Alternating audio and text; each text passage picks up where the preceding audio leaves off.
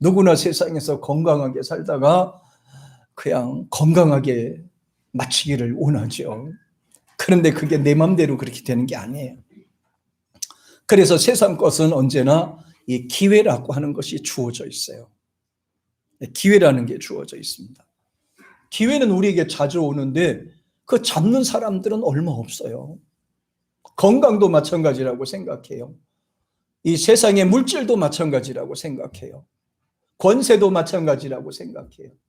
행복이라는 것도 마찬가지라고 생각해요. 기회는 자주 오지만 미련해서 그것을 잘 못 잡는 것이 인간의 모습이에요. 왜? 기회를 잡는 것은 자신의 몫이기 때문입니다. 누가 날 잘 살기를 원합니까? 행복하기를 원합니까? 행복을 입에다 떠넣어 줍니까? 그렇지 않다는 거예요. 행복은 자기가 잡아야 된다는 거예요. 건강도 자기가 잡아야 된다는 거예요. 세상에 있는 모든 기업도 행복도 삶도 자기가 잡아야 된다는 거예요. 찬스를 잡는 것은 누가 해주는 것이 아니라 내가 잡아야 된다는 거예요. 부모가 대신 잡아줄 수 없어요. 선생님이 대신 잡아줄 수 없어요. 자기 인생과 행복은 자기가 잡아야 돼요. 아멘? 자기 거예요. 세상에 태어나서 잘 살고 못 사는 것은 자신이 세상에 누구에게나 주어진 기회를 포착하는 것이 참 행복이고 기쁨이라고 했어요. 누구나 좋은 기회를 잡는 것만은 아니라는 거예요. 예. 또한 세상을 살아가면서 누구나 다 고난을 당하게 되죠. 요새는 주식하는 사람들이 많이 있습니다. 어느 글을 이렇게 읽어보니까 4조 9천억을 가진 사람이 주식에 뛰어들어서 돈 벌려고 합니다. 5조 가까이 되는 사람이 그걸 투자해서 돈 벌려고 하더라고요. 저 같으면 그냥 그거 이자만 받아먹고 살겠어. 욕심이라는 것은 끝이 없어요. 그러다 보니까 인간은 욕심 때문에 망하고 욕심 때문에 있는 것도 다 놓치더라는 거예요.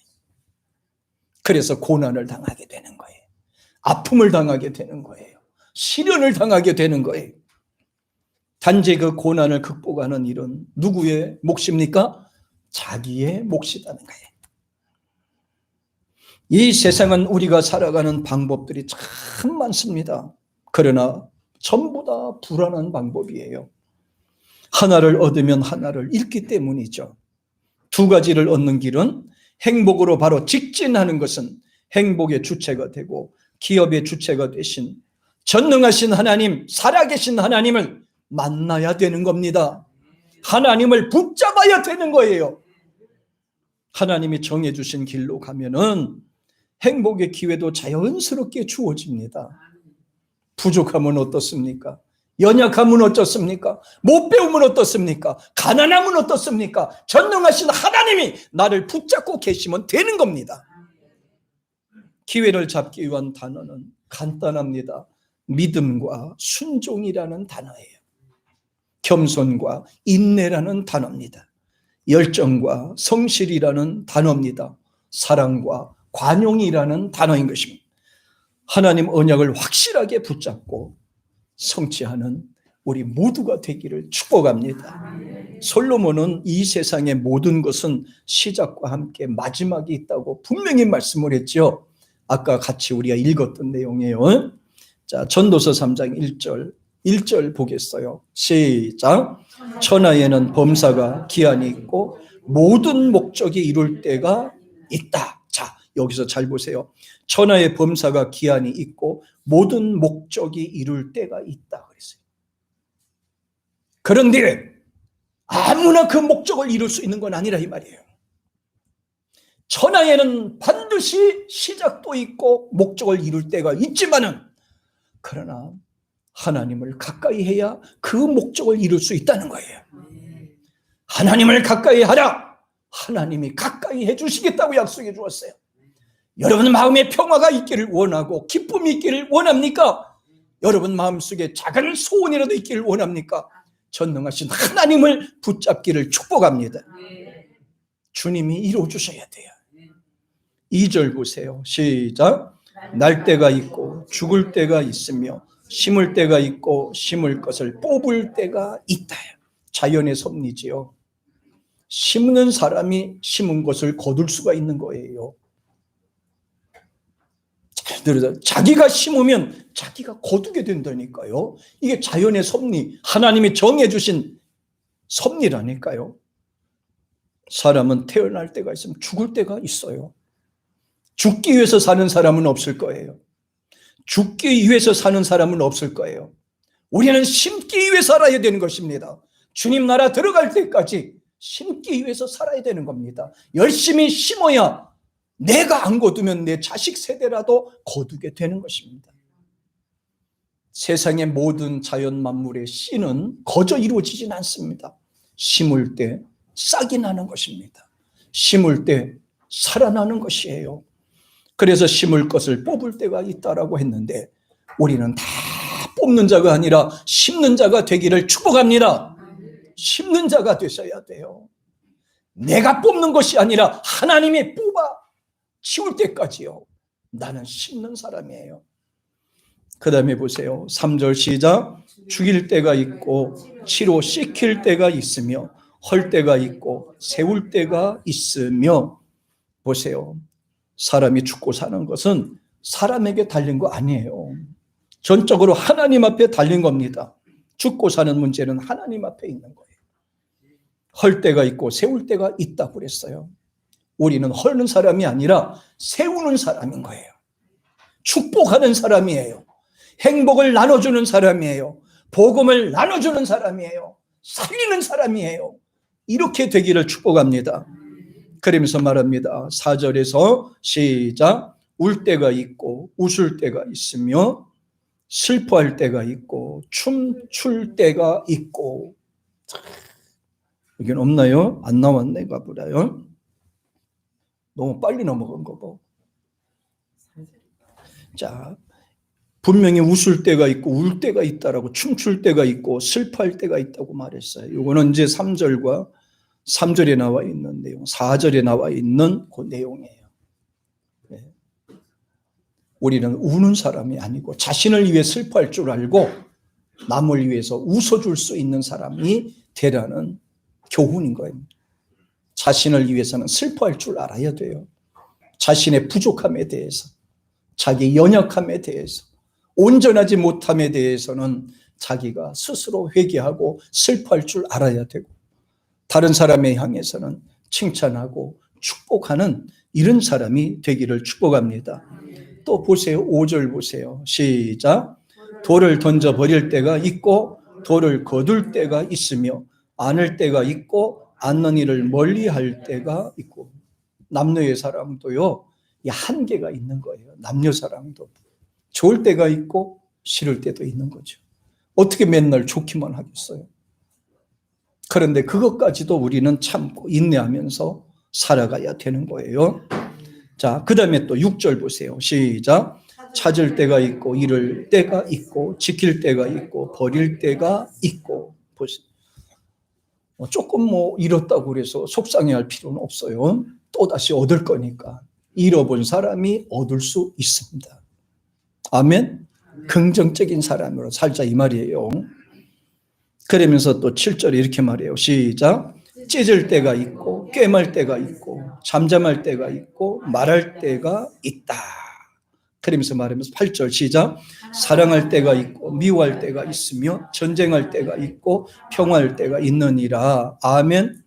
세상의 모든 이 자연 섭리는 시작과 끝이 있어지는 겁니다. 태어날 때가 있으면 갈 때가 있는 거예요. 그렇게 바둥바둥하지 않아도 갈 때는 가게 돼 있어요. 오래 살고 싶어도 오래 살 수 없는 게 우리 인간의 모습 아닙니까? 그럼 삶의 기본 자세가 뭡니까? 붙잡는 거예요. 붙잡는 거예요. 누구를 붙잡아요? 진리가 되시는 예수님을 붙잡는 거예요. 사람을 붙잡으면 부담스러워서요, 도망가 버리잖아요. 주님을 붙잡으면요, 주님을 붙잡으면 주님은 부담스러워하지 않고 좋아하세요. 얼마나 좋으신 하나님이세요.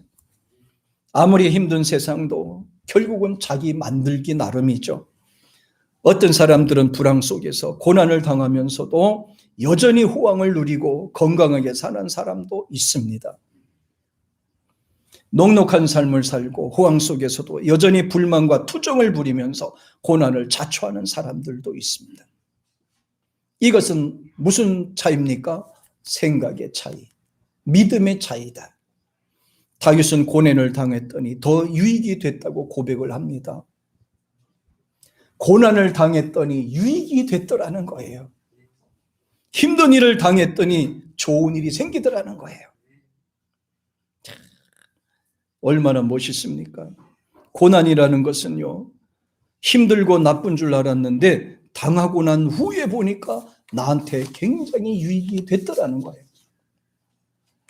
다윗 왕의 생각은 언제나 긍정적이었어요. 언제나 진취적이었어요. 왜 나만 이렇게 고난이 옵니까? 왜 나에게만 이런 어려움이 옵니까? 왜 나에게만 이런 슬프고 괴롭고 힘든 일이 다가옵니까?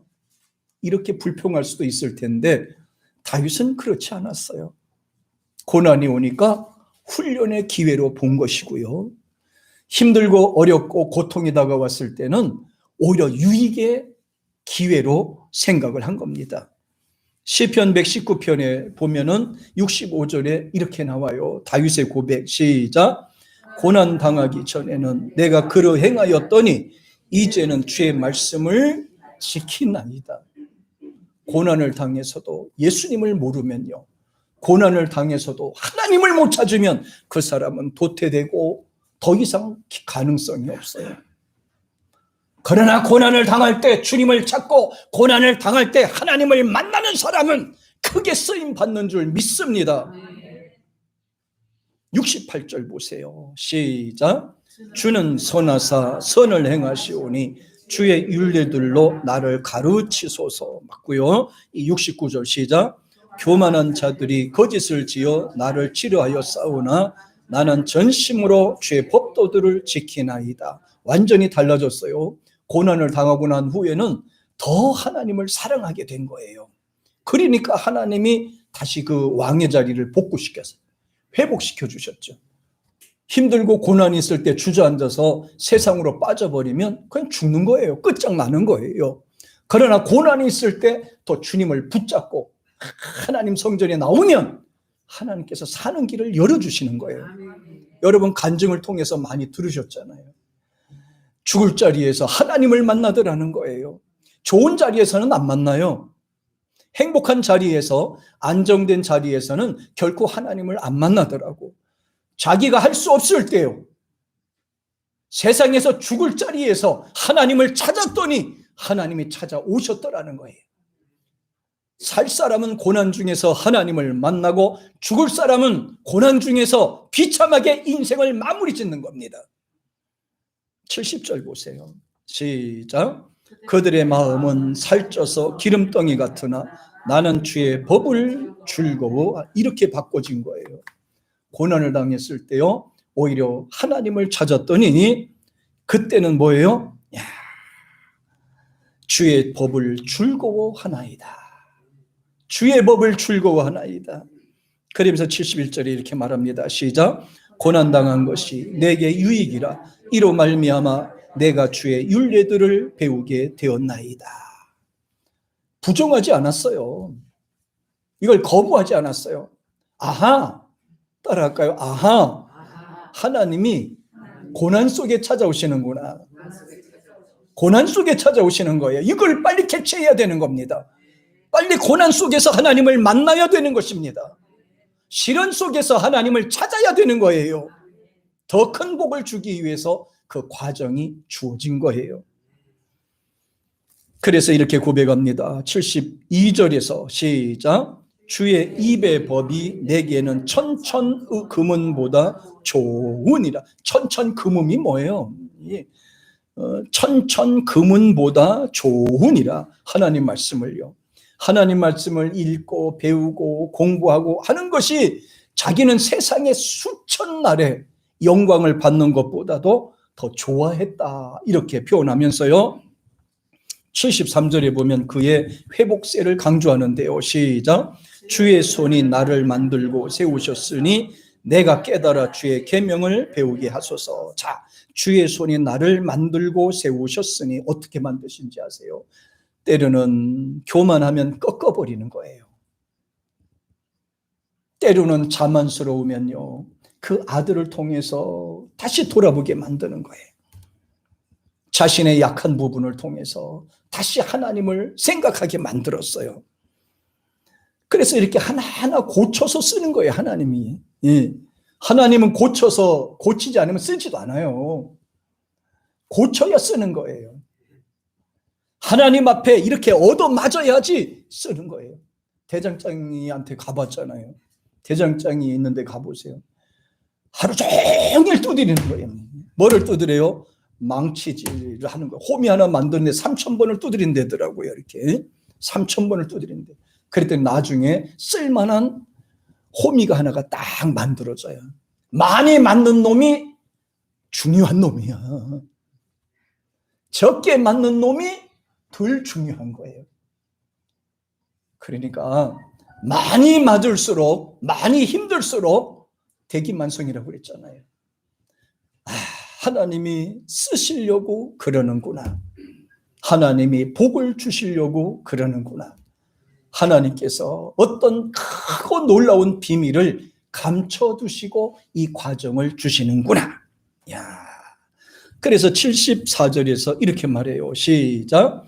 주를 경외하는 자들이 나를 보고 기뻐하는 것은 내가 주의 말씀을 바라는 까닭이니라. 하나님을 바라보니까요, 다른 길로 안 가요. 하나님을 바라보지 않으면 엉뚱한 길로 가게 돼 있어요. 다른 길로 가게 돼요. 그런데 하나님을 바라보면 다른 길로 가게 돼 있어요. 진리의 길로 가게 돼 있어요.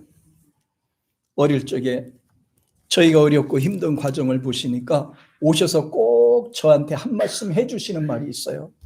이봐, 젊어서 고생은 싸서도 하는 거야. 그 사람들은 하기 좋아서 하는 말인지 모르겠습니다만은 제가 들었을 때는 굉장히 소망이 되는 말씀이에요. 이봐, 젊어서 고생은 싸서도 하는 거야. 자, 요 사람한테 한번 해보세요. 시작. 이봐, 해봐요. 시작. 나이 먹는다고 안 되는 거 아니야. 나이 먹어도 다 이 과정 거쳐야 돼. 시작. 이봐. 고난과 시련을 많이 겪어본 사람이 철이 빨리 든다고 그러죠. 아픔을 겪으면서도 철이 들지 아니하면 그는 아직도 멀은 겁니다. 군에 가면 가장 먼저 털기 연습부터 한대요. 무슨 연습? 털기 연습이요. 세상에서 자기 멋대로 살던 생각과 행동을 바로잡는 훈련이 털기 연습이라고 그래요. 혼란하고 나약한 정신을 다잡는 집중 훈련도 이 속에서 하는 겁니다. 고난과 훈련을 통해서 멋있는 사나이로 만들어지는 거예요. 그런데 3개월 되니까 싹 다 없어지더만. 군 생활의 훈련과 고난이 유익되게 한다는 뜻이죠. 다윗은 고난이 유익이 된 것은 일단 자신을 돌아봤어요. 나에게 어떤 문제가 있는가, 이거를 먼저 봤어요. 참 되는 놈은 되는 거예요. 어렵고 힘든 일이 있을 때 자신을 돌아보지 않고 자기 환경과 누구 탓을 하게 되면 발전이 없는 거예요. 그런데 다윗은 자기를 돌아봤어요.